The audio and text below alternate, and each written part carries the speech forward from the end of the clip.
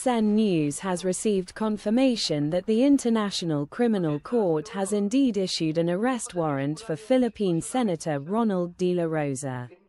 The Ombudsman's office acknowledged the warrant earlier today, escalating an already tense situation between the Philippines and the ICC, which has been investigating alleged crimes against humanity related to the country's anti-drug campaign.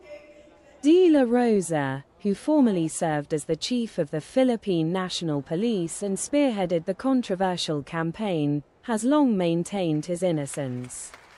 This latest development raises serious concerns about the potential for increased political instability within the Philippines, as well as the safety and security of individuals named in the ICC investigation.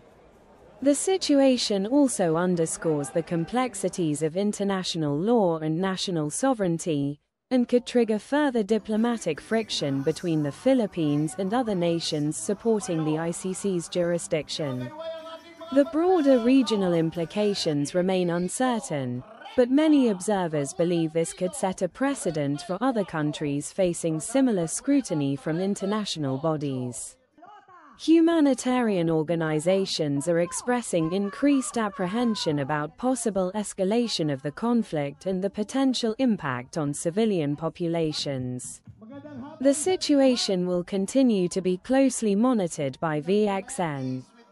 Thank you for listening. Please follow or subscribe to get more updates from VXN News. Please proceed. Pinapasadyos ko na yung sitwasyon namin sa PNP. Gusto ko kung sino talagang in or out sa drug business. Pero sa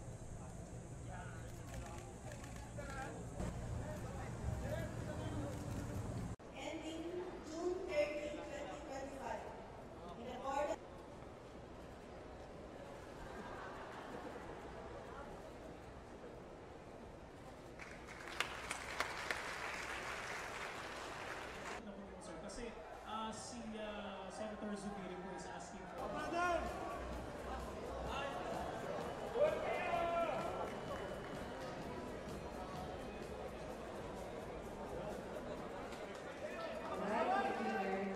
Nandoon ako pero hindi ilan kasi una-una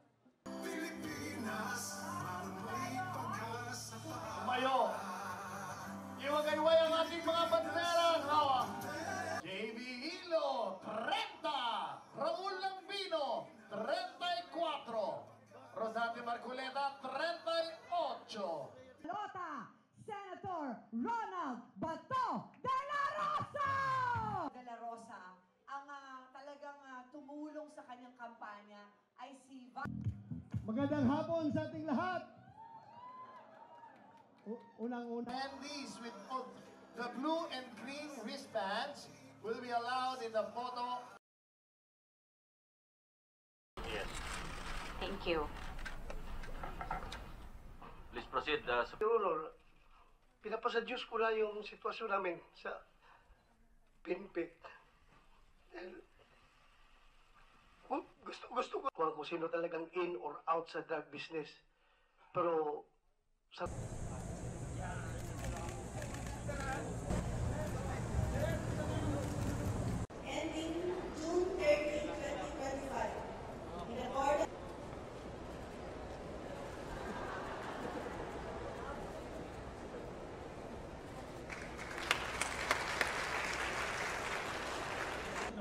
Kasi si Senator Zubiri po is asking for...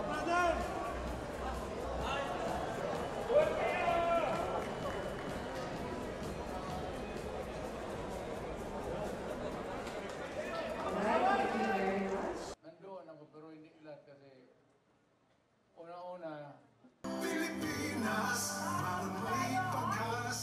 Tumayo! Iwagay-way ang ating mga banderang hawak! JB Hilo, 30! Raul Lambino, 34! Rosante Marculeta, 38! Lota, Senator Ronald Bato de la Rosa! De la Rosa, ang talagang tumulong sa kanyang kampanya ay si Magandang hapon sa ating lahat. Unang-una. Attendees with both the blue and green wristbands will be allowed in the photo